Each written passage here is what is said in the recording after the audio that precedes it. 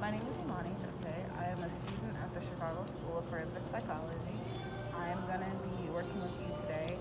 Um, I just wanted to let you know that I am a mandated reporter. So if at any point you say give me any indication of self-harm, harm on the elderly, harm children, abuse of any kind, then it is my job to let my supervisor know about said problems. And if you understand, just repeat it back to me real quick. Yep, no, sounds good. You're a mandated reporter, and if at any point you feel as though I'm making statements that relay or reflect indications of self-harm or abuse to others, you'll have to report it to your supervisor and possibly take steps further. Perfect. Okay, that's awesome. Real quick, can I ask your name? Yeah, my name is Alexia. Awesome. All right, so Alexia, today we're just going to go through a couple of questions. We're just gathering some information. Okay. Throughout the course of the questions, some of them will be super non-invasive, and there were some of them maybe a little bit more invasive. It's all on your comfort level. You answer how you see fit. If you believe if it's getting somewhat uncomfortable for you, just let me know, and we can stop or skip the question and move around it. Also, if I say anything that's confusing at any point, let me know as well, and we can rework it or do whatever we have to do. Yep, sounds good. Perfect. All right. So first thing we're going to talk about is just your family information. So, where have you lived over the course of life, and have you ever moved? So I have lived my entire life in Chicago.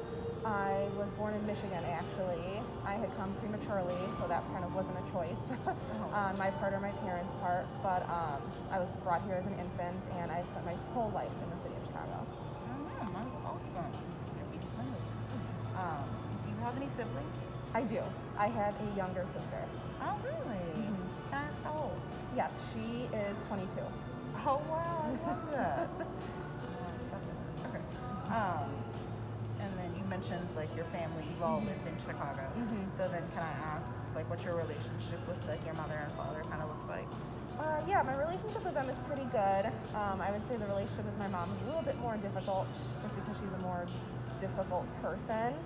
My dad has kind of always been the one to make sure, he does everything for us. He's always made sure, we didn't go without. But again, I think my mom has her own complex set of emotional things going on, so I think that has made the relationship a little bit more difficult to maintain. We do communicate, but we keep it very surface level. Super understandable. I can 100% relate. My mother's similar. And are these your biological parents? Yes. Okay. And then, because I will kind of want to go back to what you were saying about how your mom and your dad's relationship. But as far as their marital status, are they originally together, never separated, never divorced? Yeah, no, they were high school sweethearts. They met in high school. They got married shortly after leaving high school and have been together ever since. That is so sweet. I love that. Okay. And then, so we're currently in Chicago, so I would say, so you've never really left Chicago, other than I would imagine probably trips or stuff like that. Yeah, vacations. We've gone to Mexico, things like that, Florida, California, but I've never lived in another state. Okay. So this is homestand. Yeah. All right. And then, have there been any significant life events that happened in your family? It doesn't have to be necessarily negative. It could also be something positive. Just something that left an imprint on you in some way. I think the only thing significant would probably be there's just a very strong history of breast cancer in both sides of my family. Two of my dad's sisters, so two of my aunts have passed away from it very early. One of them was in her 40s. So I think that has kind of left a pivotal impact in my life. It's made me more conscious of the decisions that I make. It's also made me a lot more conscious of making sure that I am getting checked out every year, even though I'm not. I know they start telling you to start getting checked at maybe the age of 50, but just because of the family history on both sides, it's pretty much been every female. It's something that has been very heavy in me and my sister's life, and making sure that every year when we go for our checkup, that is something that we are doing, and we're doing mammograms and things like that. Absolutely. I'm sorry to hear that such a Oh, thank you. consistent, but I Yeah. totally understand that could be stressful Yeah. at the very least. Yeah.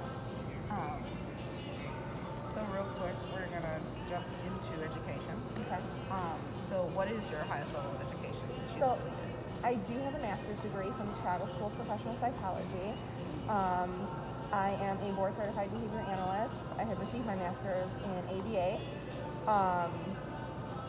Yeah, I'm not sure if I would ever pursue the PhD route, but for now, that is my highest level of education. It's still pretty awesome though, Thank you. considering master's degree in general. It's a lot of schooling. Yeah. Um, sorry, I have to skip through a couple of these. So throughout school, how would you say your grades looked? Were they on the higher side, average? My grades were always on the higher side. I've always been like a dork or like a nerd. School was always very important to me. I actually graduated from the Chicago School with a 4.0. I was extremely proud of that. I had received not a single B in any class ever. Oh man, that was awesome. Yeah, thank you. Can't relate, but I like it. Thank you. Okay.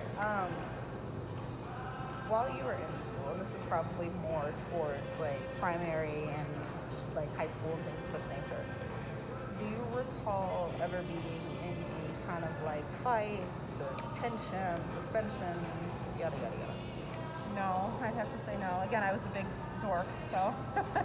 Say that's perfectly fine. It's the best route. Okay. While going through school, were you ever held back, or did you ever skip any grades that you're aware of?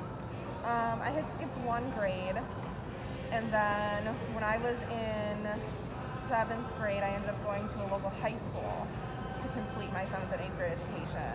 Wow. Yeah, school has always been a very strong suit in my life.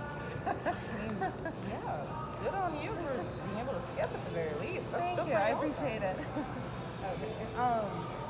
And when you were going through elementary school, were you aware of any like special educational classes like IEP, 504, anything No, like in that? elementary school, no. No, fine. It's under not everybody. It's a whole. Yeah. So then we're gonna jump into employment now. Okay. What was the first job you ever had? The first job that I ever had was actually at a massage therapist chain, and I was a sales associate, and then I was a shift lead, and then from there I got into the role of being an RBT with my current job, and I've been there for almost 7 years, and then I obviously went back to grad school, did the whole BCBA route, yeah, so. Wow, that's still pretty amazing. Thank you. Curious about that. So how many jobs would you say you had over the course of your life, if you could recall? About 2. 2? Mm-hmm. Okay.